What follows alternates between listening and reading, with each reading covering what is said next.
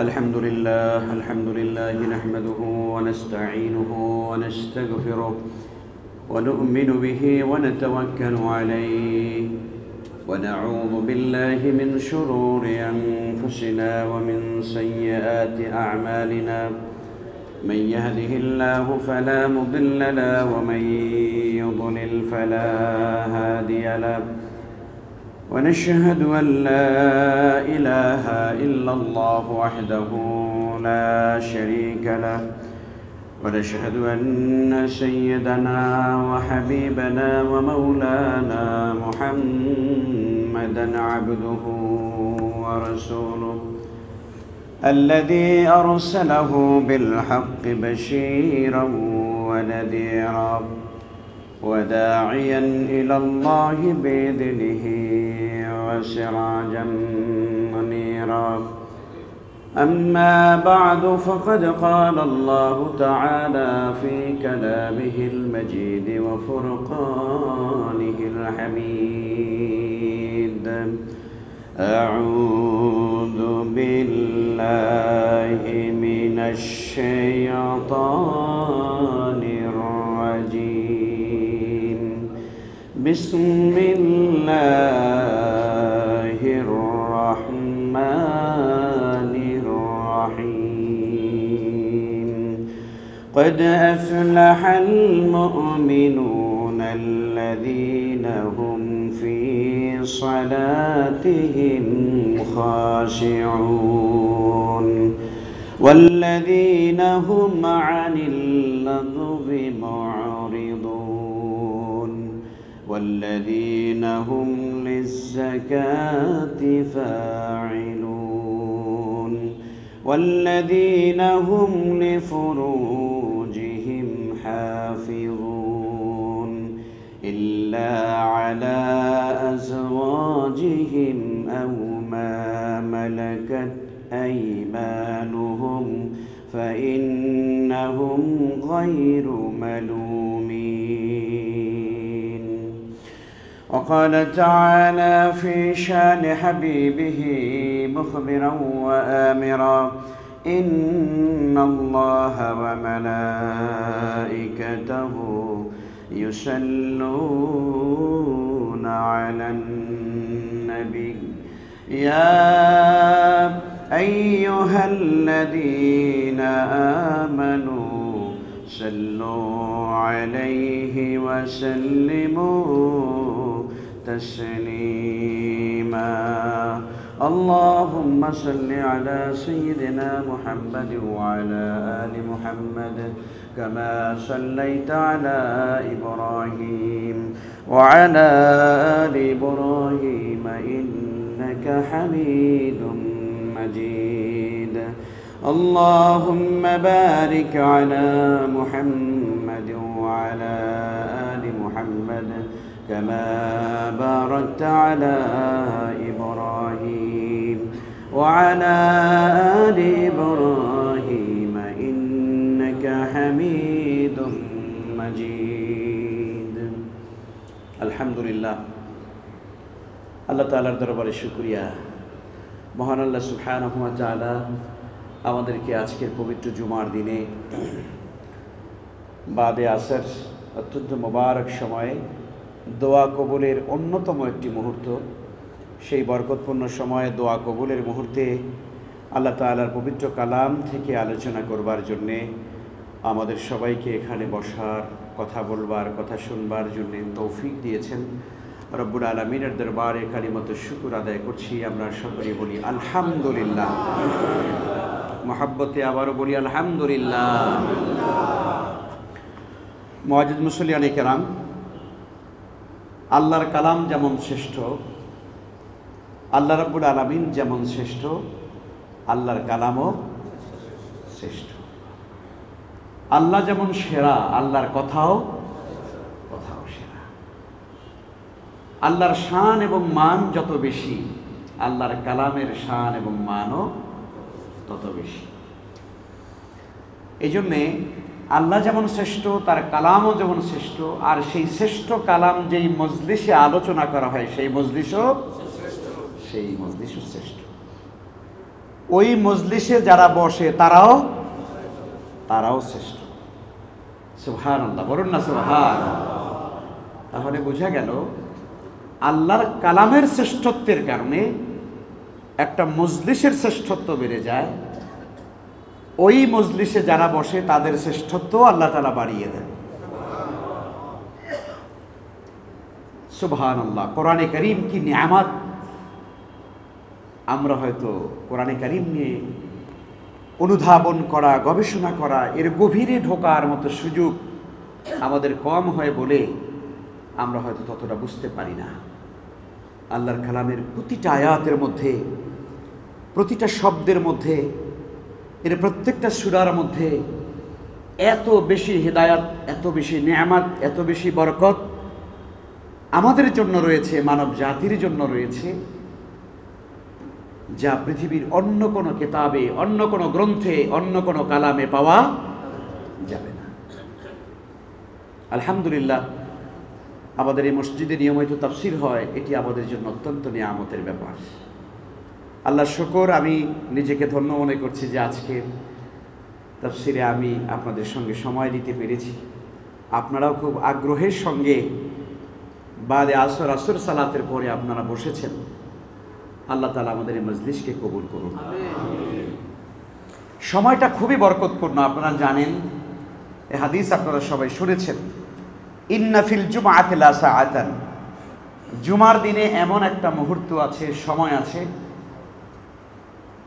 লা ইউয়াফিকুহা আবদুন মুসলিমুন, কোন মুসলমান ইমানদার যদি সেই সময়টা যদি পেয়ে যায়, ইয়াসআলুল্লাহ ফিহি খায়রা, আর সেই সময়টা যদি সে আল্লাহর কাছে কিছু কল্যাণ চায়, কিছু দোয়া করে, আল্লাহর কাছে কিছু রোনাজারি করে, প্রার্থনা করে, ইল্লা আতাহু ইয়াহু, নবীজি সাল্লাল্লাহু আলাইহি ওয়াসাল্লাম বলেন যে আল্লাহ রাব্বুল আলামিন জুমার দিনের ওই সময়ের বরকতে আল্লাহ ওই ইমানদার বান্দার সকল দোয়া আল্লাহ কবুল করে। সুবহানাল্লাহ। বান্দা যা চায় আল্লাহ তাই দিয়ে দেয়। সুবহানাল্লাহ। এখন জুমার দিনে সেই সময়টা কোনটা, সে ব্যাপারে ওলামায়ে কেরামের মধ্যে অনেকগুলো মতামত আছে। তার মধ্যে অন্যতম শ্রেষ্ঠ একটা মত হলো, জুমার দিনের সেই সময়টা হলো আসরের সালাতের পর থেকে সূর্যাস্ত পর্যন্ত, অর্থাৎ মাগরিব পর্যন্ত। জোরে বলুন আলহামদুলিল্লাহ। আমরা সেই সময়টাতেই আজকে বসেছি, আলহামদুলিল্লাহ। আমরা আল্লাহর কাছে দোয়া করি, আল্লাহ তাআলা যেন আমাদের এই মজলিসকে কবুল করেন। আমাদের হৃদয়ের গহীনে যত দোয়া, যত আকাঙ্ক্ষা, আমাদের যত প্রার্থনা, যত অভাব আমাদের আছে, আল্লাহ তাআলা যেন আজকের এই মজলিসের বরকতে, জুমার দিনের আসরের সালাতের বরকতে যেন আল্লাহ তাআলা আমাদের সকলের দোয়াগুলো কবুল করে। আমিন। মুআজ্জাজ মুসল্লিয়ানে কেরাম, নবী করিম সাল্লাল্লাহু আলাইহি ওয়াসাল্লামের একটি হাদিস, এক দুইটি হাদিস দিয়ে তারপরে আমি যেখান থেকে তেলাওয়াত করেছি আলোচনা করব। নবীজি সাল্লাল্লাহু আলাইহি ওয়াসাল্লাম বলেন, ইকরাউল কোরআন, তোমরা কোরআন পড়ো, কোরআন পড়তে থাকো, কারণ ফাইন্নাহু ইয়াতি ইয়াউমাল কিয়ামাহ শাফিআন লিআসহাবি, কারণ কিয়ামতের ময়দানে, কাল কিয়ামতের ময়দানে এই কোরআন তেলাওয়াতকারীর জন্য আল্লাহর দরবারে সুপারিশকারী হবে। কোরআনে কারীম সুপারিশ করবে আল্লাহর কাছে, আল্লাহর কাছে বলবে, আয় আল্লাহ, তোমার বান্দা আমাকে তেলাওয়াত করেছে, আমাকে বোঝার চেষ্টা করেছে, আমাকে ব্যক্তি জীবনে আমল করেছে, কোরআন নিজে পালন করেছে, পরিবারের ভিতরে কোরআনের আদর্শ ছড়িয়ে দিয়েছে, কোরআন দিয়ে সমাজ, ব্যক্তি, পরিবার আলোকিত হোক সেইটা সে চেয়েছে, কোরআনে কারীমের দিকে মানুষদেরকে আহ্বান করেছে, কোরআন দিয়ে দাওয়াতের কাজ করেছে। সুতরাং তোমার বান্দাকে ক্ষমা করে দিয়ে তাকে জান্নাত নসিব করে দাও। কোরআন আল্লাহর কাছে যখন এই আবেদন করবে, এই শাফাত করবে, এই সুপারিশ করবে, আল্লাহ সুবহানাহু ওয়া তাআলা কাল কিয়ামতের দিন ওই ব্যক্তির জন্য কোরআনে কারীমের শাফাতকে আল্লাহ কবুল করে নেবেন। এই জন্য কোরআনে কারীম এত বড় নিয়ামত, এটাকে ছেড়ে যাওয়া যাবে না। আল্লাহ যেন আমাদেরকে কোরআনে কারীম সারা জীবন, মৃত্যু পর্যন্ত আল্লাহর কালাম যেন আমাদের হৃদয়ে যত্ন সহকারে এটাকে ধারণ করার, আমল করার তৌফিক আল্লাহ দান। পারবো ইনশাআল্লাহ? কোরআন আমরা ছেড়ে দেব না, পারবো ইনশাআল্লাহ? কোরআন দিয়ে কথা বলবো, আল্লাহর কোরআন যা বলেছে তাই বলবো। রাসূল যা বলেছেন তাই বলবো। নবীজি বলেন, মান কালা বিহি সাদাকা, মান কালা বিহি সাদাকা, যে কোরআন দিয়ে কথা বলে সে সত্য কথা বলে। সুবহানাল্লাহ। কারণ আল্লাহ যা বলেছেন, আল্লাহর কথা সত্য নাকি মিথ্যা? জোরে বলেন, সত্য। অতএব যে কোরআনের সুরে যে কথা বলে, কোরআন দিয়ে যে কথা বলে, সেই সত্য কথা। মান কালা বিহি সাদাকা ওয়া মান আমিলা বিহি উজরা, কোরআন যে আমল করবে আল্লাহ তাকে উজরত দিবেন, পুরস্কার দিবেন, প্রতিদান দেবেন, দুনিয়াতেও দেবেন, আখিরাতেও দেবেন। কোরআনের কি প্রতিদান দুনিয়ায় পাওয়া যাবে? আল্লাহর নবী বলেছেন, মান কারা হারফাম মিন কিতাবিল্লাহি ফালাহু বিহি হাসানাহ ওয়া লা হাসানাতু বিআশরি আমসালিহা লা আকুলু আলিফ লাম মিম হারফুন ওয়ালাকিন আলিফুন হারফুন ওয়া লামুন হারফুন ওয়া মিমুন হারফুন। রাসূল বলেন, যে ব্যক্তি কোরআনে কারীমের একটি হরফ তেলাওয়াত করবে, আল্লাহ তাআলা তার আমলনামায় কম করে 10টা নেক দান করবে। 10টা নেক কি কম মনে হয়েছে? 10টা নেক কি কম? কাল কিয়ামতের দিন একটা নেকের জন্য মানুষেরা ঠেকে যাবে, একটা নেকের জন্য জান্নাতে যেতে পারবে না। তখন সেই নেকের জন্য স্বামী স্ত্রীর কাছে দৌড়াবে, স্ত্রী স্বামীর কাছে দৌড়াবে, সন্তান বাবা মার কাছে দৌড়াবে, বাবা মা সন্তানের কাছে দৌড়াবে, বন্ধু বন্ধুর কাছে দৌড়াবে, আপনজন আপনজনের কাছে খুঁজবে, একটা নেক আমাকে দান করো, আমি একটা নেক হলেই আমি জান্নাতে যেতে পারি। বলুন তো, কাল কিয়ামতের দিন কোনো মানুষ কি সেদিন নেক দিয়ে সাহায্য করবে? কেউ করবে না, কেউ নেক দেবে না। কারণ যে দিবে সেও তো বলবে, আমারও তো নেক দরকার, আমিও তো নেকের অভাবে জান্নাতে যেতে পারছি না। সেই দিন কারো কোনো উপকার করার সুযোগ নাই, কেউ করবে না। ইয়াউমা লা ইয়ানফাউ মালু ওয়ালা বানুন, সেই দিন কোনো ধন সম্পদ, আত্মীয় স্বজন, ছেলে সন্তান, স্ত্রী পুত্র পরিজন, আপনজন কেউ কারো কোনো উপকারে আসবে না। আল্লাহু আকবার। কেউ কারো কোনো উপকারে আসবে না। সেই জন্য কাল কিয়ামতের ময়দানে একটা নেকের যে কত দাম হবে, গোটা পৃথিবীর যা মূল্য আছে তার চাইতে আল্লাহর কাছে একটা নেকের মূল্য বেশি। সুবহানাল্লাহ বলবেন না? একটা নেকের মূল্য আল্লাহর কাছে এই আকাশে যা কিছু আছে, এই জমিনে যা কিছু আছে, এই সাগর মহাসাগরের ভেতরে মণিমুক্তা হীরা জহরত পান্না, গোটা পৃথিবীতে কোটি কোটি কত সম্পদ হিসাব করে কুল করা যাবে না। গোটা বিশ্ব জাহানের যত কিছু আছে সব কিছু এক পালায় দেন, আর আল্লাহর কাছে একটা নেক এক পালায় দেন।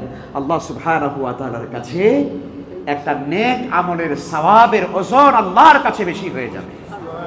আর জোরে বলুন না সুবহানাল্লাহ। সুবহানাল্লাহ। এই জন্য কাল কিয়ামতের ময়দানে কোনো মানুষ কাউকে নেক দেবে না। বন্ধু বন্ধুর কাছে যাবে, বন্ধু তোমার সঙ্গে কত সম্পর্ক ছিল আমার, একটা নেক দাও, আমি জান্নাতে যেতে পারতেছি না, একটা নেকের কারণে। সে তাকে নেক দিবে না। স্বামী স্ত্রীর এত ভালোবাসা, কাল কিয়ামতের দিন কোনো স্বামী তার স্ত্রীকে নেক দেবে না, কোনো স্ত্রী তার স্বামীকে নেক দেবে না। মুআজ্জিজ মুসল্লিয়ান, সম্মানিত ভাইরা, এই জন্য মনে করবেন না যে একটা হরফ তেলাওয়াত করলে 10 নেকি। এবারে চিন্তা করে দেখেন তো, যদি ধরেন আমাদের বিবেচনায়ও যদি ধরেন যে একটা পৃথিবীর সমান, একটা বিশ্ব জগতের সমান একটা নেক যদি ধরেন, তাহলেও যদি আমরা বলি তাহলে একটা হরফ তেলাওয়াত করা মানে হলো 10টা পৃথিবীর পরিমাণ সওয়াব আল্লাহ তাআলা আপনার আমলনামায় দান করবেন। সুবহানাল্লাহ। বরং তার চাইতেও বেশি। তাহলে কি 10টা নেকির কি মূল্য কম না বেশি বলেন? আল্লাহর নবী সেই জন্য বলেন, মান কালা বিহি সাদাকা, নবীজি বলেন, ইকরাউল কোরআন, তোমরা কোরআন পড়তে থাকো, কারণ কোরআন কিয়ামতের ময়দানে তোমাদের জন্য আল্লাহর দরবারে সুপারিশ করবে। আর এই কোরআন তেলাওয়াত করলে পরে কি পরিমাণ সওয়াব, নবী বলেন, মান কারা হারফাম মিন কিতাবিল্লাহি ফালাহু বিহি হাসানা, যে ব্যক্তি আল্লাহর কালাম থেকে একটা কোরআন তেলাওয়াত করবে, একটা হরফ তেলাওয়াত করবে, আল্লাহ রাব্বুল আলামিন তার আমলনামায় একটা কল্যাণ, একটা নেক দান করবেন। ওয়াল হাসানাতু বিআশরি আমসালিহা, আর ওই নেকের পরিমাণ হলো এক হরফ পরিমাণ 10টা নেকি। সুবহানাল্লাহ। লা কুল আলিফ লাম মিম হারফুন, নবীজি বলেন, আমি বলি না আলিফ লাম মিম একটা হরফ, নবীজি বলেন আমি বলি না যে আলিফ লাম মিম একটা হরফ, ওয়ালাকিন কিন্তু আলিফুন হরফুন আলিফ একটা হরফ, লামুন হরফুন লাম একটা হরফ, ওয়া মিমুন হরফুন মিম একটা হরফ। তার মানে কোন আল্লাহর বান্দা যদি তেলাওয়াত করে আলিফ লাম মিম, আল্লাহ তাআলা বলেন, আল্লাহর নবী বলেন আমল নামায় সঙ্গে সঙ্গে আল্লাহ তাআলা 30টি নেক বান্দার আমল নামায় লিখে দেয়। কয়টা নেক? আমার ভাইয়েরা মুআজ্জাজ হাজিরিন, আলিফ লাম মিম 3টা হরফ তেলাওয়াত করলে আল্লাহ তাআলা আমলনামায় 10 করে 30টা নেক আল্লাহ লিখে দেন। সুবহানাল্লাহ। আল্লাহ রাব্বুল আলামিন কোরআনে কারীমের মধ্যে বলেন, বান্দা যদি ভালোবাসা মহব্বত যদি আরো বেশি নিয়ে পড়তে পারে, আমি আল্লাহ তাআলা 10 নেকি দেব না, আমি আল্লাহ তাআলা নেকের পরিমাণ বেহিসাব আমি আল্লাহ বাড়ায়া দেব। সুতরাং কোরআন কি নিয়ামত!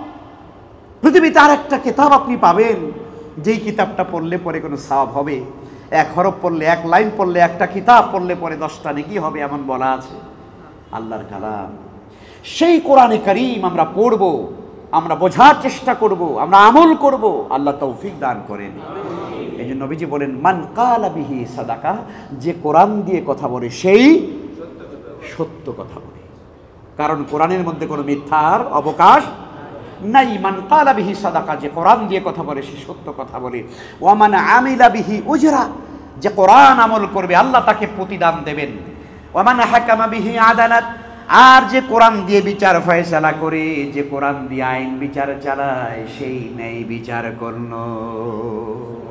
কোরআন দিয়ে যদি কেউ বিচার করে, কোরআন দিয়ে যদি কেউ বিচার কার্য পরিচালনা করে, তাহলে আল্লাহর হাবিব বলেন তবেই কেবলমাত্র সেই বেচারা, সেই ব্যক্তি ন্যায় বিচার, জাস্টিস কায়েম করতে পারবে। সুবহানাল্লাহ বলেন।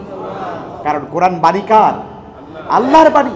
আর আল্লাহর বাণী দিয়ে আল্লাহর বিধানের আলোকে যদি আপনি বিচার ফয়সালা করেন, তবেই মানুষ তার ন্যায় বিচার পাবে, মানুষ তার অধিকার পাবে, মানুষ তার ন্যায় বিচার পাবে। রাসূলুল্লাহ সাল্লাল্লাহু আলাইহি ওয়াসাল্লাম এরপরে বলেন, ওয়ামান হাকামা বিহি আদালা, যে বিচার করবে কোরআন দিয়ে সেই আদল করবে, ইনসাফ করবে, ন্যায় বিচার করবে। এরপরে নবীজি বলেন, ওয়ামান দাআ ইলাইহি হুদিয়া ইলা সিরাতিম মুস্তাকিম, আর যেই ব্যক্তি কোরআনের দিকে মানুষদেরকে আহ্বান করবে, সেই কেবলমাত্র হেদায়েতের দিকে মানুষদেরকে আহ্বান করল। সুবহানাল্লাহ। অতএব মানুষদেরকে আহ্বান করতে হবে আল্লাহর কালামের দিকে, কোরআনে কারীমের দিকে, তাহলেই মানুষকে সত্যিকারে হেদায়েতের দিকে, সিরাতে মুস্তাকিম, সরল সঠিক পথে মানুষদেরকে আহ্বান করা হবে। আল্লাহ তাআলা যেন আমাদেরকে তৌফিক দেন। কোরআনটাকে আমরা মজবুত করে ধরতে রাজি আছি ইনশাআল্লাহ। আল্লাহ সুবহানাহু ওয়া তাআলা আমাদের সবাইকে সেই তৌফিক দেন। আসুন আমি আজকে আপনাদের খেদমতে আল্লাহর কালাম কোরআনে কারীমের 18তম পারা সূরা আল মুমিনুন। কোন সূরা? সূরা আল মুমিনুন। সূরা মুমিনুন থেকে আমি কয়েকটি আয়াতে কারিমা তেলাওয়াত করেছি। দেখুন, কোরআনে কারীমে আল্লাহ তাআলা মোমেনদের নামে একটা সূরা নাজিল করলেন, তাই না? এই সূরাটার নাম হলো সূরা আল মুমিনুন। আবার কোরআনে কারীমে কাফেরদের নামেও সূরা আছে, আছে না নাই? কোন সূরা? সূরা আল কাফিরুন, আছে না নাই? সূরা আল কাফিরুন। তাহলে মোমেনদের নামে আল্লাহ পরিপূর্ণ একটা সূরা নাজিল করলেন, আবার কাফের অবিশ্বাসীদের নামে একটা সূরা নাজিল করলেন। আচ্ছা, এবার বলেন তো, মোমেন আর কাফের এর মাঝখানে আরেকটা জাতি আছে, বলেন তো তারা কারা? বলেন তারা কারা? তাদের নামে কি সূরা আছে? আছে, সূরা মুনাফিকুন, আছে না নাই? তাহলে আল্লাহ রাব্বুল আলামিন এখানে একটা জিনিস প্রমাণ করলেন যে এই পৃথিবীতে মানুষ তাহলে কয় শ্রেণীর? বলেন ভালো করে বুঝে নিতে হবে। মানুষ তাহলে হলো 3 শ্রেণীর। এই 3টা সূরার দ্বারা বোঝা যায়, এক শ্রেণীর মানুষ হলো যারা মুমিন, যারা বিশ্বাসী কার উপরে? আল্লাহকে বিশ্বাস করে মুমিন। এদের সম্মানে আল্লাহ তাআলা সূরা আল মুমিনুন নাজিল করলেন। আরেক শ্রেণীর মানুষ হলো যারা কাফের, অবিশ্বাসী, যারা আল্লাহকে বিশ্বাস করে না, আল্লাহর অস্তিত্বকে তারা স্বীকার করে না, আল্লাহর ক্ষমতাকে তারা বিশ্বাস করে না, আল্লাহর সৃষ্টি জগতের এই কুদরত দেখার পরেও আল্লাহ আছেন বলে তারা মানে না। এমন মানুষ আছে না নাই? আছে। কম না বেশি? প্রচুর।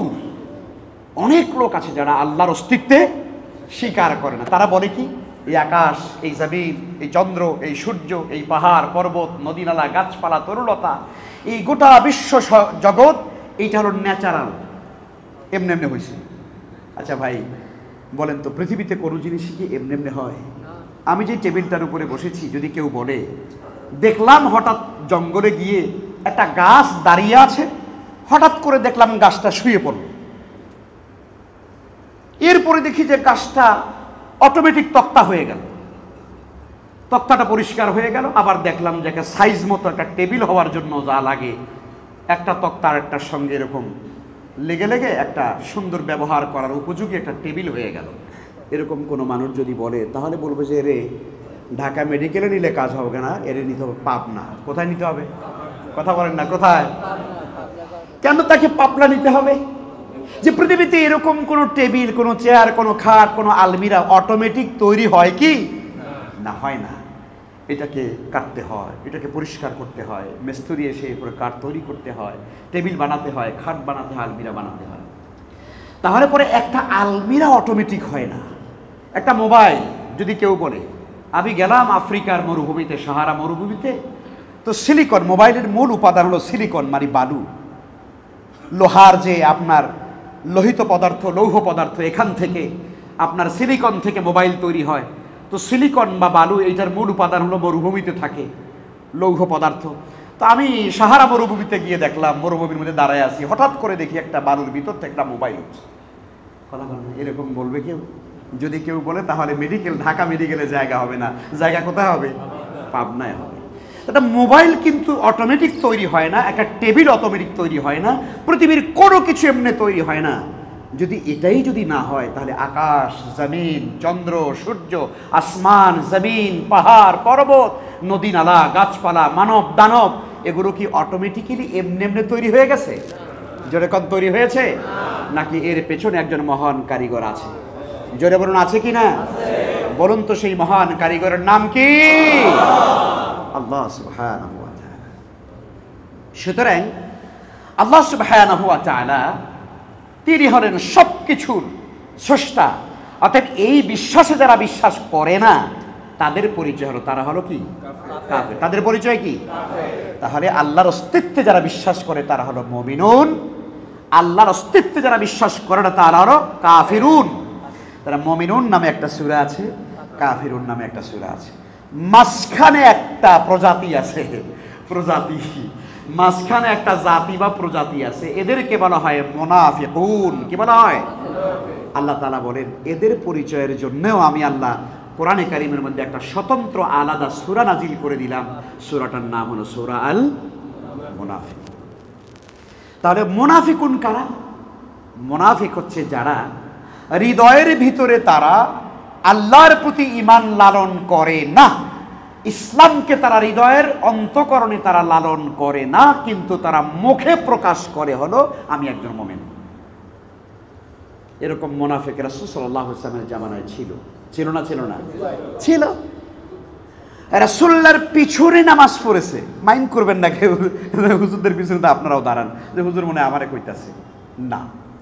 রাসূল করিম সাল্লাল্লাহু আলাইহি ওয়াসাল্লাম মদিনা আল মুনাওয়ারাতে মসজিদে নববী আশ-শরীফে আল্লাহর হাবিব নামাজ পড়াতেন। যেই মসজিদে নবীজি সাল্লাল্লাহু আলাইহি ওয়াসাল্লামের পেছনে দাঁড়িয়ে নামাজ পড়তো, নাম হলো আব্দুল্লাহ ইবনে উবাই ইবনে সলুল। নাম হলো আব্দুল্লাহ ইবনে উবাই। রাসূলুল্লাহ বলেছেন, সাহাবায়ে কেরাম জানতেন সে হলো মুনাফিক না, শুধুমাত্র সে হলো রাইসুল মুনাফিকিন, মুনাফিকদের লিডার। নামাজ পড়তো কার পিছনে? রাসূল করিম সাল্লাল্লাহু আলাইহি ওয়াসাল্লামের পেছনে দাঁড়ায় নামাজ পড়তো। বিশাল আলখেল লাগাই দিয়ে নামাজ পড়তো, বিশাল পাগড়ি পরে নামাজ পড়তো। বাহিরের লেবাস তরিকা মনে হতো একজন কামেল লোক, কিন্তু সাহাবায়ে কেরাম এবং রাসূল করিম সাল্লাল্লাহু আলাইহি ওয়াসাল্লাম জানতেন ইন্নাহু কানা মুনাফিকান, সে হলো মুনাফিক। সে হৃদয়ে লালন করে কুফরি, সে হৃদয়ে লালন করে মুনাফিকি, সে হৃদয়ে লালন করে কাফেরদের প্রতি মহব্বত, আর সে মুখে প্রকাশ করে ঈমানের কথা। জোরে কন্যা নাউজ। আল্লাহ সুবহানাহু ওয়া তাআলা এই মুনাফিকদের পরিচয় আল্লাহ তাআলা কোরআনে কারীমের মধ্যে পরিষ্কার করে দিয়েছেন। আপনারা বলুন তো, ইসলামের ক্ষতি কাফেরদের দ্বারা বেশি হয় না মুনাফিকদের দ্বারা? ভালো করে বুঝে পড়েন, কাফেরদের দ্বারা না মুনাফিকদের দ্বারা? কারণ আপনি তো কাফের চিনতে পারেন, কথা বলেন না কেন? কাফের কিন্তু চেনা যায়। আপনি জানেন এই লোকটা আমার ধর্মের না, এই লোকটা আল্লাহকে স্বীকার করে না, আল্লাহকে মানে না, আল্লাহর অস্তিত্ব বিশ্বাস করে না, তাওহীদকে বিশ্বাস করে না, এই ব্যক্তি মুশরিক। আপনি চিনতে পারেন এই ব্যক্তি কাফের, মুশরিক। কিন্তু মুনাফিক যে ব্যক্তি, আপনি তাকে কোনোভাবেই চিনবেন না, কারণ সে আপনার মতোই, আপনার লেবাস, আপনার তরিকা, আপনার মানে একবারে সব কিছু সে অনুকরণ করে, সে আপনার ভেতরেই সে কিন্তু বসে আছে। এই জন্য মুনাফিক চেনা যায় না। এই জন্য মুনাফিকদের ব্যাপারে ইসলাম আমাদেরকে বরাবর সতর্ক করে দিয়েছে। মুনাফিকের আলামত 3টা বা 4টা হাদিসের মধ্যে এসেছে বলেই আমি আয়াতের দিকে যাচ্ছি। قال رسول الله صلى الله عليه وسلم آيات المنافق ثلاث آيات المنافق ثلاث মুনাফিকের আলামত হলো 3টা। অন্য হাদিসের মধ্যে আসে 4টা, আমরা 4টাই বলবো। মুনাফিকের আলামত হলো প্রথমত 3টা। কয়টা? মুনাফিকের আলামত হলো 3টা, দেখলে বোঝা যাবে। 1 নম্বর হলো ইদা হাদ্দাসা কাযা, কথা বললে, বলেন, কথা বললে মিথ্যে কথা বলা। এইটা কোনো মুমিনের চরিত্র নয়, মিথ্যে কথা বলা এটা মুনাফিকের চরিত্র। ইজা হাদ্দাসা কাযাবা, কথা বললে মিথ্যে কথা বলে। ওয়াইজা ওয়াদা আখলাফা, ওয়াদা করলে খেলাফ করে, বড় খেলাফ করে। ওয়াদা করলে ওয়াদা রক্ষা করে না, বারবার ওয়াদা খেলাফ করে, এটা মুনাফিকের চরিত্র।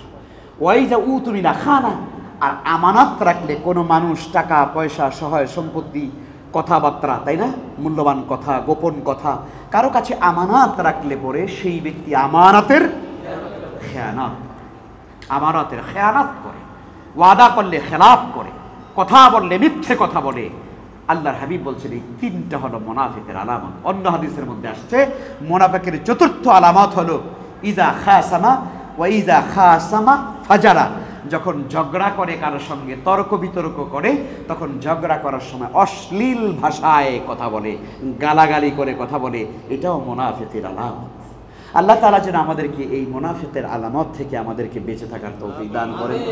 মুনাফিকের কোনো খাসলাত, মুনাফিকের কোনো বৈশিষ্ট্য, মুনাফিকের কোনো চরিত্র যেন আমাদের মধ্যে আল্লাহ না রাখেন। আমাদের হৃদয়কে যেন আল্লাহ নেফাক থেকে মুক্ত করে দেন, বলুন আমিন। আমাদের অন্তর থেকে যেন আল্লাহ তাআলা হিপোক্রেসি বলে, ইংরেজিতে এটাকে হিপোক্রেসি বলে, এটাকে বাংলায় কপটতা বলে। কপটতা, কপটতা মানে অন্তরে যা আছে মুখে তা নাই, মুখে যা আছে অন্তরে তা নাই।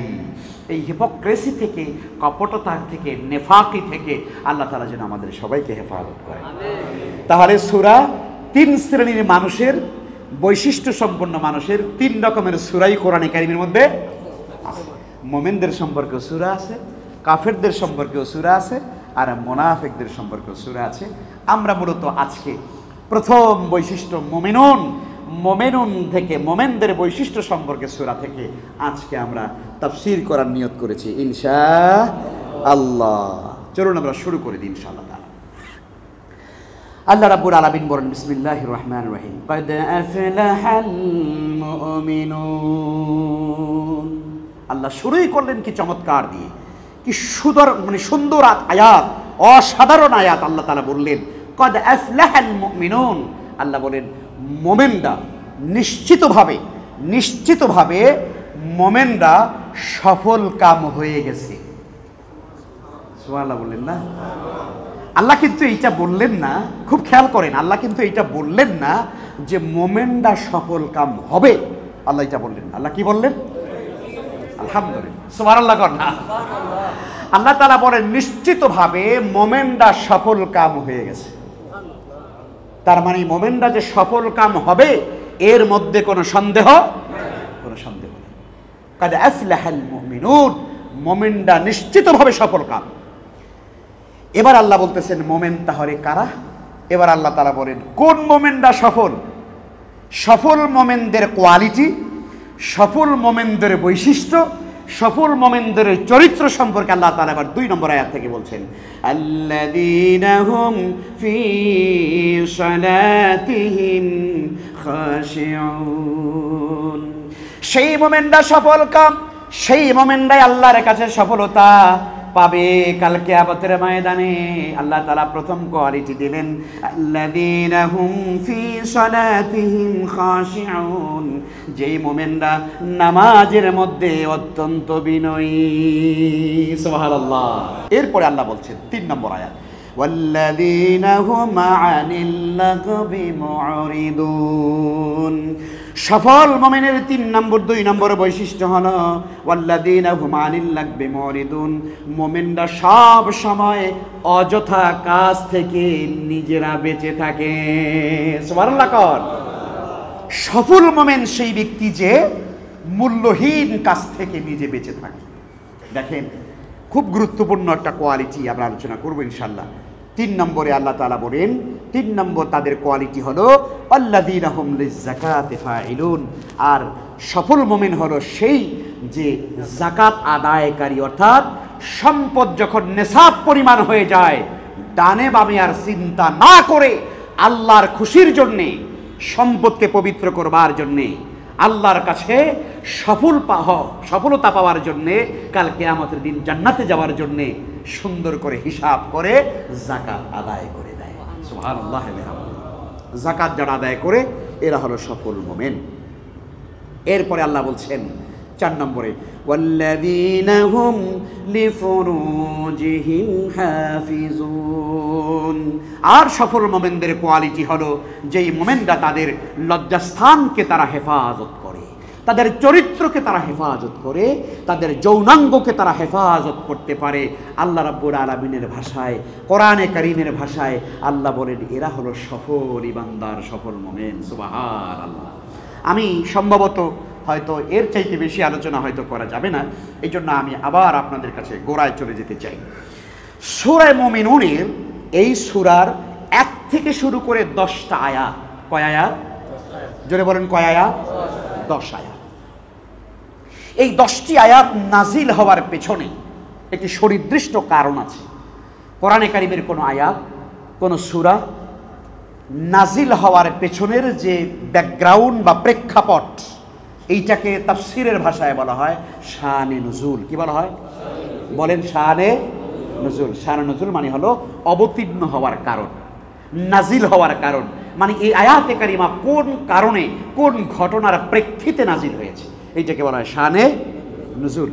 আবার হাদিস, রাসূল সাল্লাল্লাহু আলাইহি ওয়াসাল্লাম, আমরা ওইটা হয়তো জানি না অনেকে, নবীজি সাল্লাল্লাহু আলাইহি ওয়াসাল্লাম কোনো ঘটনার প্রেক্ষিতে কোনো হাদিস বলার পেছনে যদি কোনো কারণ থাকে, তাহলে ওই কারণটাকে বলা হয় শানে উরুদ। কি বলা হয়? হ্যাঁ, শানে উরুদ। কোরআনে কারীমের আয়াত নাজিল হওয়ার পেছনের কারণকে বলা হয় শানে নুজুল, আর হাদিস বর্ণনা করার পেছনের কোনো ঘটনা বা কারণকে বলা হয় শানে উরুদ। শানে উরুদ, দুটো জিনিস। তো এই কোরআনে কারীমের সূরা মুমিনুনের 1 থেকে 10 পর্যন্ত আয়াতে কারিমা নাজিল হওয়ার একটি সুনির্ধারিত কারণ এবং শানে নুজুল আছে। ইনশাআল্লাহ তাআলা আমরা শানে নুজুলটা আগে বলে নিই, তারপরে আপনি বুঝতে পারবেন। হযরত ওমর বিন খাত্তাব রাদিয়াল্লাহু তাআলা আনহু বলেন, তাফসীর তাবারি, তাফসীর মাজহারি, মারিফুল কোরআন থেকে শুরু করে পৃথিবীর বিখ্যাত তাফসীরগুলোতে, ইবনে কাসির সহ তাফসীরে মারিফুল কোরআন, ফি জিলালিল কোরআন, তাফসীরুল কোরআন, পৃথিবীর বিখ্যাত যত তাফসীর আছে সমস্ত তাফসীরের মধ্যে এই 10টি আয়াত নাজিল হওয়ার পেছনে এই ঘটনাটা উল্লেখ করা হয়েছে। সেটা হলেই হযরত ওমর বিন খাত্তাব রাদিয়াল্লাহু তাআলা বলেন যে নবীজি সাল্লাল্লাহু আলাইহি ওয়াসাল্লামের উপরে যখন ওহী নাজিল হতো, তখন আমরা দেখতাম নবীজি সাল্লাল্লাহু আলাইহি ওয়াসাল্লামের চেহারা, তার গণ্ডদেশ ঘর্মাক্ত হয়ে যেত, তিনি ঘেমে যেতেন। সুবহানাল্লাহ বলেন না? কারণ ওহী নাজিল হওয়ার এত লোড, এটা আল্লাহর আসমানি কালাম নাজিল হওয়ার সময় নবীজির কপাল মোবারক থেকে আপনার ঘাম টপ টপ করে পড়তে থাকে। প্রচণ্ড শীতের ভিতরে আম্মাজান আয়েশা রাদিয়াল্লাহু আনহা বলেন, আমি দেখতাম প্রচণ্ড শীতের ভিতরে নবীজি সাল্লাল্লাহু আলাইহি ওয়াসাল্লামের গণ্ডদেশ বেয়ে ঘাম পড়ছে, লা ইয়াতাফাসসাদু আরাকা, নবীজির ঘাম মোবারক ঘেমে ঘেমে যাচ্ছেন তিনি। তখন আমরা বুঝতে পারতাম নবীজির উপরে এখন ওহী নাজিল হচ্ছে। সুবহানাল্লাহ। তো ওমর বিন খাত্তাব রাদিয়াল্লাহু তাআলা বলেন যে আমরা দেখতে পেতাম নবীজির উপরে এভাবে একটা লোড হতো। আরেকটা জিনিস নবীজির উপরে ওহী নাজিল হলে দেখা যেত, ওমর বিন খাত্তাব বলেন যে নবীজির কাছে যখন আমরা যেতাম তখন দেখতাম যে নবীজির এই চেহারা মোবারকের কাছ থেকে মৌমাছি যেমন গুনগুন গুনগুন করে একটা আওয়াজ করে না? মৌমাছির একটা আওয়াজ আছে না? মৌমাছির আওয়াজ আছে। যখন সে ফুলে ফুলে দৌড়াদৌড়ি করে আর মধু সংগ্রহ করে, তখন ভোঁ ভোঁ করে একটা শব্দ করতে থাকে। ওমর বিন খাত্তাব রাদিয়াল্লাহু আনহু বলেন, নবীজি সাল্লাল্লাহু আলাইহি ওয়াসাল্লামের উপরে যখন ওহী নাজিল হতো, তখন আমরা হুজুরের চেহারার কাছে গেলে তখন শুনতে পেতাম মৌমাছি যেমন আওয়াজ করে গুনগুন করে, ওই রকম একটা গুনগুন আওয়াজ শোনা যায়। জোরে কর না সুবহান। এক আজীব ব্যাপার, একটা আওয়াজ শোনা যেত। তখন নবীজি সাল্লাল্লাহু আলাইহি ওয়াসাল্লাম প্রচুর ঘর্মাক্ত হয়ে যেতেন, তার উপরে কষ্ট হতো। ঠিক একদিন এরকম আল্লাহর হাবিবের উপর ওহী নাজিল হচ্ছে, আমি দ্রুত নবীজির কাছে গেলাম, তার চেহারার কাছে গেলাম, পরে আমি ঠিক ওই রকম একটা আওয়াজ শুনতে পেলাম। হঠাৎ করে দেখলাম নবীজি সাল্লাল্লাহু আলাইহি ওয়াসাল্লাম তিনি অন্য কোনো দিকে ফেরা ছিলেন। নবীজি কেবলামুখী হয়ে গেলেন। সুবহানাল্লাহ বলেন। নবীজি কেবলামুখী হয়ে গেলেন। এরপরে নবীজি দুইটা হাত আকাশের দিকে উঠে আল্লাহর কাছে দোয়া করতে শুরু করে দিলেন। সুবহানাল্লাহ। নবীজির উপরে ওহী নাজিল হচ্ছিল, গুনগুন আওয়াজ তিনি শুনতে পেলেন। হযরত ওমর বিন খাত্তাব বলছেন, আর ওই অবস্থায় নবীজি কেবলামুখী হয়ে গেলেন, কাবার দিকে ফিরে এবার নবীজি দুটো হাত আকাশের দিকে উঠিয়ে তিনি দোয়া করতে শুরু করে দিলেন। সুবহানাল্লাহ। আল্লাহর নবী কি দোয়া করলেন সেই সময়ে, এটা হাদিস দ্বারা প্রমাণিত হয়েছে। এই দোয়াটা আমি আমার খুতবায় প্রায় সময় বলি, আপনারা হয়তো শুনলে এখন বললে মিলে যাবে। এই দোয়াটা ঐতিহাসিক দোয়া, বিস্ময়কর এক দোয়া। আল্লাহু আকবার। নবীজি সাল্লাল্লাহু আলাইহি ওয়াসাল্লামের উপরে ওহী নাজিল অবস্থায় নবীজি এই দোয়াটা আল্লাহর কাছে করেছেন, এবং এই দোয়া করার কারণে আল্লাহ তাকে বিশাল এক নিয়ামত দান করেছেন। সুবহানাল্লাহ বলেন। আমরা আজ জুমার দিনে আসরের সালাতের পরে মাগরিবের আগে নবীজি যেই দোয়াটা করেছেন, আমরা এখন সেই দোয়াটা করব ইনশাআল্লাহ। আমি এই দোয়াটা জুমার খুতবায় প্রায় সময় আমি বলি। নবীজি তখন দোয়া করে আল্লাহর কাছে দুটো হাত উঠিয়ে এই দোয়া করলেন, আল্লাহুম্মা জিদনা ওয়ালা তানকুসনা ওয়া আকরিমনা ওয়ালা তুহিন্না ওয়া আতিনা ওয়ালা তাহরিমনা ওয়া আসিরনা ওয়ালা তুসির আলাইনা ওয়া আরদিনা ওয়ারদা আন্না ইয়া কারীম। সুবহানাল্লাহ। কি সুন্দর এক দোয়া। আল্লাহু আকবার। দোয়াটার অর্থটা বলে দেই, তাহলে আপনি বুঝতে পারবেন দোয়াটা যে কি সুন্দর একটা দোয়া। নবীজি দোয়া করলেন আল্লাহর কাছে, আল্লাহুম্মা জিদনা ওয়ালা তানকুসনা। ওগো আল্লাহ, তুমি আমাকে তোমার নিয়ামত বাড়িয়ে দাও, কমিয়ে দিও না। আমিন বলেন।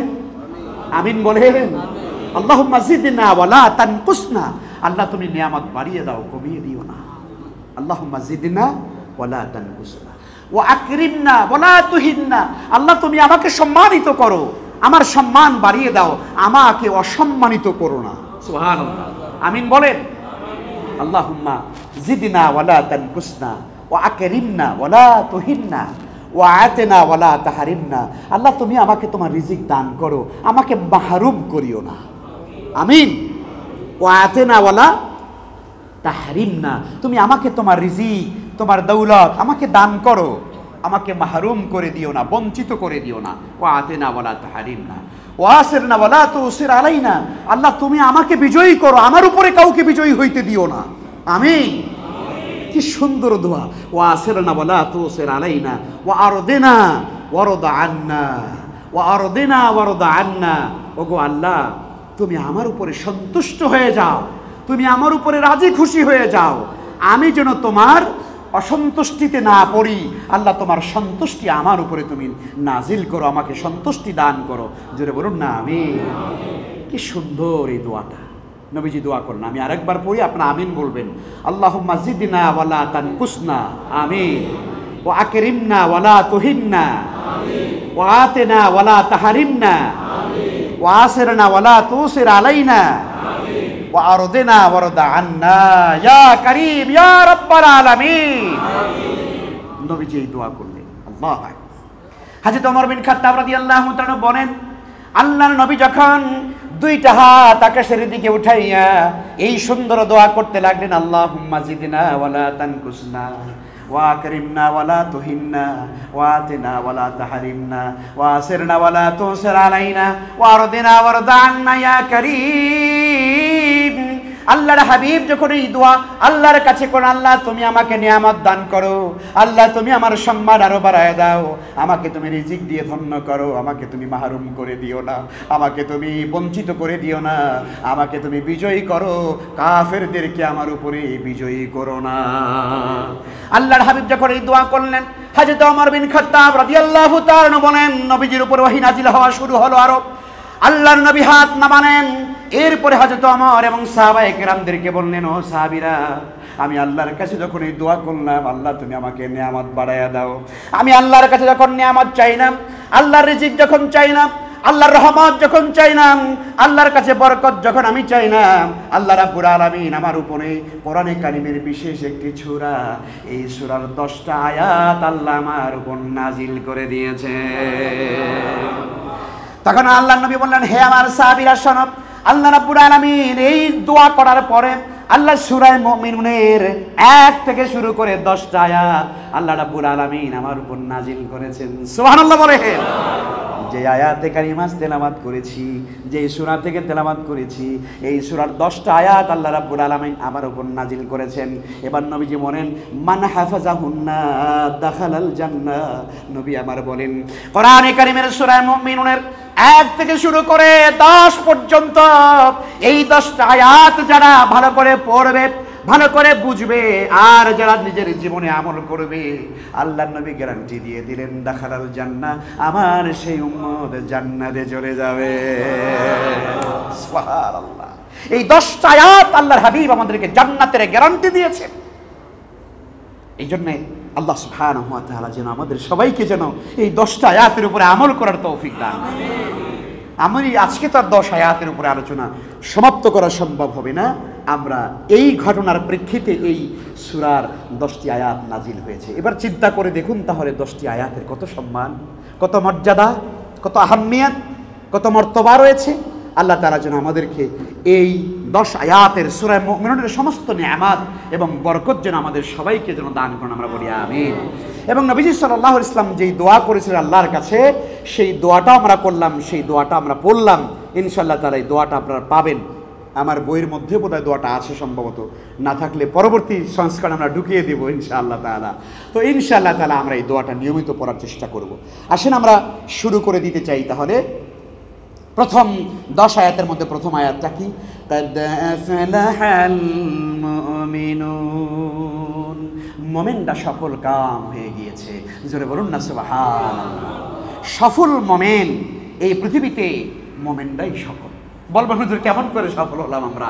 আমাদের টাকা নাই, আমাদের পয়সা নাই, আমাদের অস্ত্র নাই, আমাদের গোলা বারুদ নাই, আমাদের ক্ষমতা নাই, আমাদের মান-ইজ্জত নাই, আমাদের কিচ্ছু নাই, সব কিছু থেকে আমরা একেবারে বঞ্চিত বঞ্চিত বঞ্চিত। দুনিয়ার ইহুদি, খ্রিস্টান, নাসারা, বৌদ্ধ, হিন্দু সবাই শুধু মুসলমান পাইলেই মারে, আর মুসলমান মারলে তো আর মানবাধিকারের যারা আছে তাদের আর মানবাধিকারের মধ্যে কোনো আঘাত লাগে না, তাদের কোনো আহ্বান লাগে না, তাদের কলিজায় কোনো আঘাত লাগে না। কারণ মুসলমান মারছে, মানুষ তো আর মানে নাই। মানে অবস্থাটা এমন যে মুসলমান মেরেছে, মানুষ মারে নাই। এই জন্য আজ আমরা এতটাই বিপর্যস্ত। আল্লাহ রাব্বুল আলামিন এরপরও বলেন না, তোমরাই সফল কাম হবে। কারণ তোমাদের কিচ্ছু নাই, তোমাদের টাকা নাই, পয়সা নাই, বাড়ি নাই, গাড়ি নাই, অনেক কিছু নাই পৃথিবীর বিবেচনায়, কিন্তু তোমাদের মধ্যে একটা জিনিস আছে। বলেন তো কি আছে? সবাই বলেন কি আছে? আপনার আমার কলিজার মধ্যে আল্লাহর শ্রেষ্ঠ সেই সম্মানিত দৌলত, আল্লাহর কাছে সবচেয়ে মর্যাদা সম্পন্ন দৌলত, সেটি হলো ঈমান। লা ইলাহা ইল্লাল্লাহ মুহাম্মাদুর রাসূলুল্লাহ। এই তাওহীদের বাণী, রিসালাতের বাণী আপনার আমার অন্তরের ভিতরে গাঁথা আছে। জোরে কন্না সুবহানাল্লাহ। আমরা এটা নিয়ে আল্লাহর কাছে যেতে চাই, ঠিক না? এই কালেমারই আমরা আল্লাহর কাছে যেতে চাই। এই জন্য কবি ইকবাল খুব সুন্দর করে বলেছেন, তাওহীদ কি আমানত सीनों में है हमारे, तौहीद की अमानत सीनों में है हमारे, आशा नहीं मिटाना नामो निशा हमारा। কবি ইকবাল বলেন, ও পৃথিবীর কাফেররা, তোমরা মুসলমানদেরকে মারতে পারো, সব শেষ করে দিতে পারো, মুসলমানদের ভূখণ্ড থেকে তাদেরকে উৎখাত করে দিতে পারো, বাড়িঘর ধ্বংস করে দিতে পারো, কিন্তু একজন ইমানদারের কলিজার ভিতরে, তার অন্তরের ভিতরে তাওহীদের বাণী, লা ইলাহা ইল্লাল্লাহ, এই কালেমার বাণী যার ইমানের ভিতরে আছে, তার জীবন শেষ হয়ে গেলেও তাওহীদের বাণী তার অন্তর থেকে মুছে ফেলতে পারবে না। ঠিক কিনা বলেন? আমাদেরকে দুনিয়া থেকে শেষ করে দিতে পারে, কিন্তু আমরা আল্লাহর উপর থেকে ঈমান কোনোদিন ছেড়ে দিব না। আল্লাহু আকবার। এটাই হলো আমাদের সফলতার মূল চাবিকাঠি। এই জন্য আল্লাহ তাআলা বলেন, কাদ আফলাহাল মুমিনুন, মুমিনরাই সফল। এখন আমাদের বিবেচনায় সফল মুমিন আমরা মনে করি, আমাদের দুনিয়ার হিসাবে আমরা সফল মানুষ কারে মনে করি বলেন তো? যার ভালো টাকা আছে, তাই না? অনেক টাকার মালিক, ব্যাংক ব্যালেন্স আছে, তাই না? সুন্দর একটা বাড়ি আছে, একটা সুন্দর কোটি টাকা দামের, 2-5 কোটি টাকা দামের একটা ফ্ল্যাট আছে, তাই না? আমরা তাকেই মনে করি সফল মানুষ। কিন্তু না, সফলতার মানদণ্ড টাকা পয়সা, বাড়ি গাড়ি, ক্ষমতা নয়। আল্লাহ বলেছেন সফলতার মাপকাঠি হলো ফামান যুহজিহা আনিন নার ওয়া উদখিলাল জান্নাতা ফাকাদ ফাজ। আল্লাহ তাআলা বলেন, যেই ব্যক্তিকে জাহান্নাম থেকে মুক্তি দেওয়া হলো, যেই ব্যক্তিকে জাহান্নামের আগুন থেকে মুক্তি দেওয়া হলো, আর যাকে জান্নাতে ঢুকিয়ে দেওয়া হলো, আল্লাহ তাআলা বলেন সেই চূড়ান্ত সফল কাম হয়ে গেল। যারা কন্যা সুবহান, আল্লাহর কাছে আমরা সেই সফলতা চাই তো ইনশাআল্লাহ, যারা বরং চাই তো ইনশাআল্লাহ। ভাই, কোটি কোটি টাকার সম্পদ থাকলে তার কি মরা লাগবে না লাগবে না? নাকি ওনার টাকা ওনাকে বাঁচিয়ে রাখবে? আপনি 5 কোটি টাকা দামের ফ্ল্যাটেও যদি আপনি ঘুমান, মালাকুল মউত আসলে কি যাওয়া লাগবে না ফ্ল্যাটে রাখা হবে? রাখা হবে। ওই যেই দামি খাটটাতে আপনি ঘুমাতেন, ওই খাটটা কি আপনাকে শোয়া রাখা হবে? রাখা হবে না। 2-3 ঘন্টা পরে বলা হবে না দেরি হয়ে যাচ্ছে, এবার নামাও, এবারে খাট থেকে নিচে নামায় দেওয়া হবে। বেশি সময় আপনার ফ্ল্যাটের ভিতরে ফ্লোরেও রাখবে না, বলবে না এখন আর বাসায় রাখা যাবে না, এখন পার্কিংয়ে নিয়ে যাও, এরপরে পার্কিংয়ে নিয়ে আসা হবে, গোসল দেওয়া হবে, বলবে না না দেরি হয়ে যাচ্ছে, সেই রাত্রে মারা গেছে, দেরি হয়ে যাচ্ছে, দ্রুত করে সে তারপরে গোসল দিয়ে তারপরে আপনাকে জানাজা পড়াইয়া এরপরে কবরের ভিতরে রেখে দেওয়া হবে। কোটিপতি হলেও রাখা হবে, রিক্সা চালক হলেও রাখা হবে না হবে না? সুতরাং মিলান, সফলতার মানদণ্ড টাকা পয়সা নয়, সফলতার মানদণ্ড বাড়ি গাড়ি নয়, সফলতার মানদণ্ড দুনিয়ার কোনো ক্ষমতার বাহাদুরি নয়। সফলতার মানদণ্ড হলো যে আল্লাহ তাআলা যাকে জাহান্নামের আগুন থেকে যাকে নাজাত দিয়েছেন, আর আল্লাহ তাআলা যাকে জান্নাতের মালিক করে দিয়েছেন, সেই চূড়ান্তভাবে সফল কাম হয়ে গেল। সুবহানাল্লাহ। আল্লাহর কাছে আমরা দোয়া করি আজকে বাদে আসর, আল্লাহ তাআলা তুমি আমাদেরকে জাহান্নামের আগুন থেকে মুক্তি দিয়ে দাও। আল্লাহুম্মা আজিরনা মিনান নার, বলুন আমিন। আল্লাহুম্মা আজিরনা মিনান নার, আল্লাহুম্মা আজিরনা মিনান নার ওয়া আদখিলনাল জান্নাতা মা'আল আবরার, আমাদেরকে নেককারদের সঙ্গে জান্নাতে ঢুকাইয়া দাও। ওয়া আদখিলনাল জান্নাতা মা'আল আবরার, নেককার পুণ্যাত্মা মানুষের সঙ্গে আমাদেরকে জান্নাতে ঢুকিয়ে দাও, বলুন আমিন। সম্মানিত হাজিরিন, কাজেই কদ আফলাহাল মুমিনুন, মুমিনরাই সফল হবে, বিশ্বাসী মানুষেরাই সফল হবে। 2 নম্বরে আল্লাহ বলছেন সেই বিশ্বাসী মানুষের বৈশিষ্ট্য হলো আল্লাযীনা হুম ফি সালাতিহিম খাশিউন। বিশ্বাসী মানুষের আলামত হলো, সফল ইমানদার মানুষের সিম্পটম হলো যাকে দেখলে মনে হবে উনি সফল ইমানদার, যার নামাজটা যত সুন্দর সে তত সুন্দর ইমানদার। ঠিক কিনা বলে? যে ইমানদারের নামাজ যত সুন্দর তার ইমানটাও তত সুন্দর। অথচ আমরা অনেকেই আছি ইমানদার দাবি করি, কিন্তু নামাজ আমাদের সুন্দর না। মসজিদে আসলে পরে কেমন করে তাড়াতাড়ি বের হওয়া যায় আমরা পেরেশান হয়ে যাই। ঠিক কিনা? আহারে, নামাজ একটু ভালো করে সেজদা দিতে চায় না, সেজদা দেয় খটখট খটখট করে সেজদা দেয়। কথা বুঝতে পারলেন? কি পড়ে আল্লাহু আকবার। নামাজের আপনি যখন সেজদাটাকে বুঝবেন, আল্লাহ আমি তোমার সামনে নত হয়েছি, আল্লাহ গো আমি তোমার কুদরতি কাদমের উপরে আমার কপালটা রেখেছি, তখন আপনার মনে চাইবে আমার মাওলাকে আমি সেজদা দিয়েছি, আমি উঠাবো না, আমার কপালটা আমার মাওলার কাদমের উপরে রেখে দিয়েছি। আল্লাহু আকবার। আপনার মনে চাইবে আমি আরো সেজদা দেই, আমি আরো সেজদা দিই, আরো সেজদা দিই। সুবহানাল্লাহ। এই জন্য ইমানদার বান্দার সেজদা হবে অত্যন্ত ধীর স্থিরতার সঙ্গে, তার রুকুটা হবে খুব সুন্দর, তার তেলাওয়াত হবে খুব সুন্দর, তার নামাজটা হবে বিনয়ের সঙ্গে। নামাজি মানুষ মসজিদে আসলে বিনয়ী হয়ে যায়। ঠিক কিনা খান?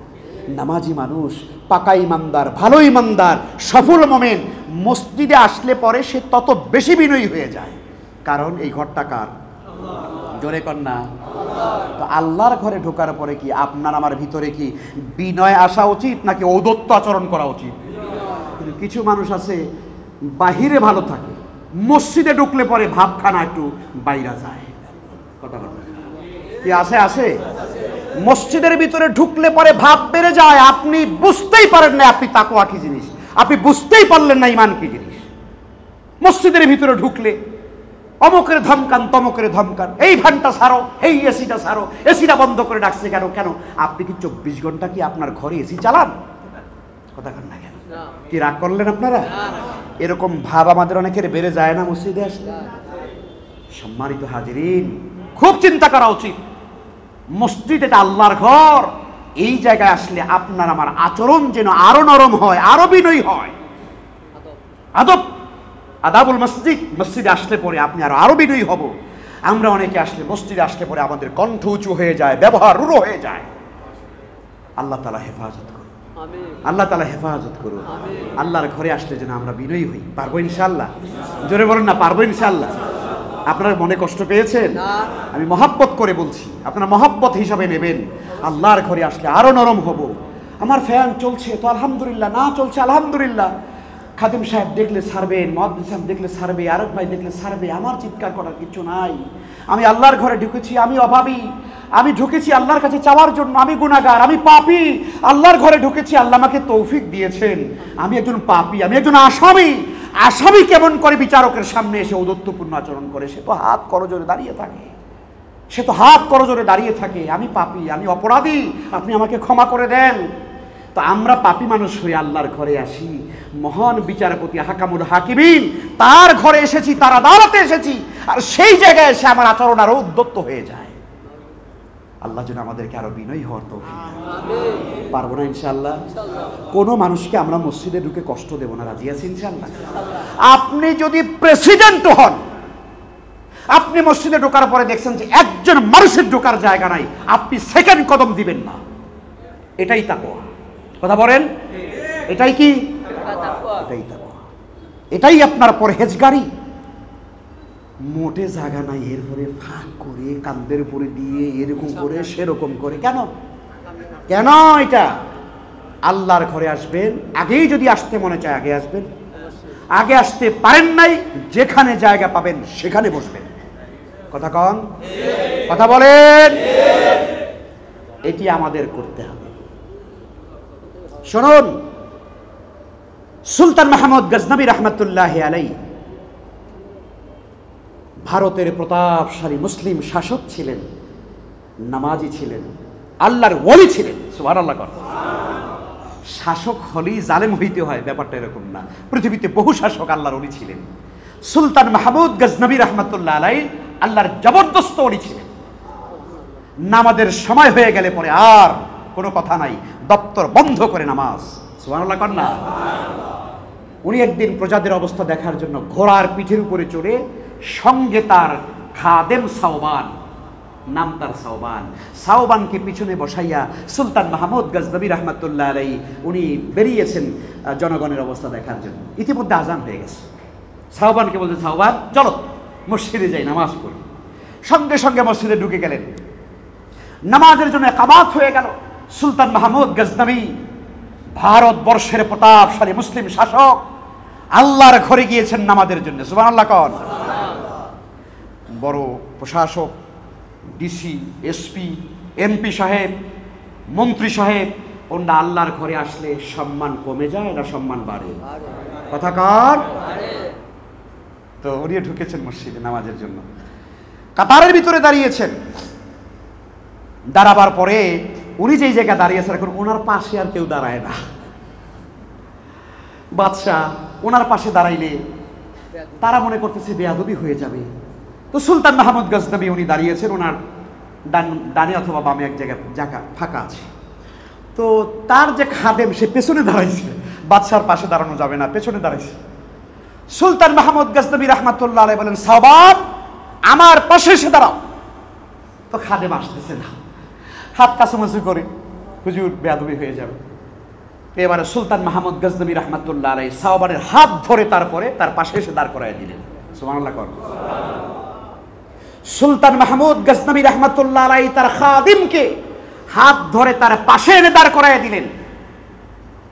কবি এই দৃশ্যটাকে এত সুন্দর করে কবিতার মধ্য দিয়ে অঙ্কন করেছেন, ইতিহাস হয়ে থাকবে সেই কথা।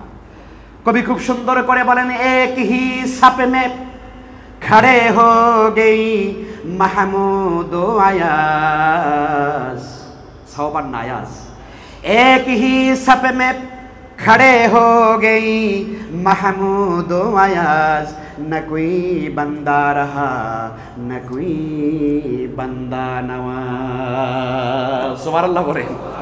কবি বলেন সুলতান মাহমুদ গজনবী আল্লাহর ঘরে গিয়ে মসজিদে যখন নামাজের জন্য দাঁড়িয়েছেন, আর তার পাশে যখন তার সাওবান তার চাকর দাঁড়িয়েছেন, আল্লাহর ঘরে যাওয়ার পরে এখন কে বাদশাহ আর কে চাকর কোনো তারতম্য নাই, বরং দুজনেই তখন তারা আল্লাহর গোলাম হয়ে গেল। আর জোরে বলেন না সুবহানাল্লাহ। তাহলে বোঝা গেল প্রেসিডেন্টও যদি মসজিদে আসে সে কি প্রেসিডেন্ট না আল্লাহর গোলাম? কথা বলেন না কেন? অতএব প্রেসিডেন্ট হন, মন্ত্রী হন, মিনিস্টার হন, সমাজের হাজার কোটিপতি আপনি হন না কেন, আল্লাহর ঘরের ভিতরে কদম দেওয়ার সঙ্গে সঙ্গে আপনি আল্লাহর চাকর, আমিও ইমাম সাহেব আল্লাহর চাকর, খতিব সাহেব আল্লাহর গোলাম, সবাই আমরা আল্লাহর গোলাম। ঠিক কিনা জোরে বলে? সেই আল্লাহর ঘরে আসার পরে কারো কারো ভিতরে ভাব বেড়ে যায়। কথা বলেন না কি বাড়ে? তো আপনি ইমান বোঝেন নাই, তাকওয়া বোঝেন নাই, বিনয়টাও বোঝেন নাই। রব্বুল আলামিন আমাদেরকে বিনয় অর্জন করার তৌফিক দেন। আল্লাহর হাবিব বলেন, মান তাওয়াদা লিল্লাহি রাফাহুল্লাহ, যে আল্লাহর জন্য বিনয় হয় আল্লাহ তার সম্মান এবং মর্যাদা বাড়ায়া দেয়।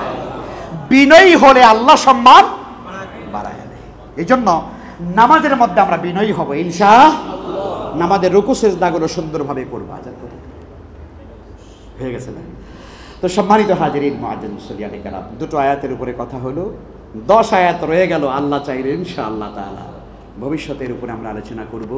আল্লাহ তাআলা আজকের আলোচনার ভুল ত্রুটি আল্লাহ ক্ষমা করে আমাদের সবাইকে আমল করার তৌফিক দান করেন। বাদে আসর মাগরিবের আগে দোয়া কবুল হয়, আল্লাহ যেন আমাদের সকলের দোয়াগুলো কবুল করেন। আল্লাহ আমাদের সবাইকে ক্ষমা করে দিন। আল্লাহ আমাদের বাবা মাকে ক্ষমা করে দিন। কুল মুমিনিন মুমিনাতদেরকে ক্ষমা করে দিন। ওয়া আখিরু দাওয়ানা আনিল হামদুলিল্লাহি রাব্বিল আলামিন। দোয়া হবে, আজান হয়ে গেছে না? ও টাইম আছে জি, ইনশাআল্লাহ আমরা দোয়া করব এখন। অনেক ভাইরা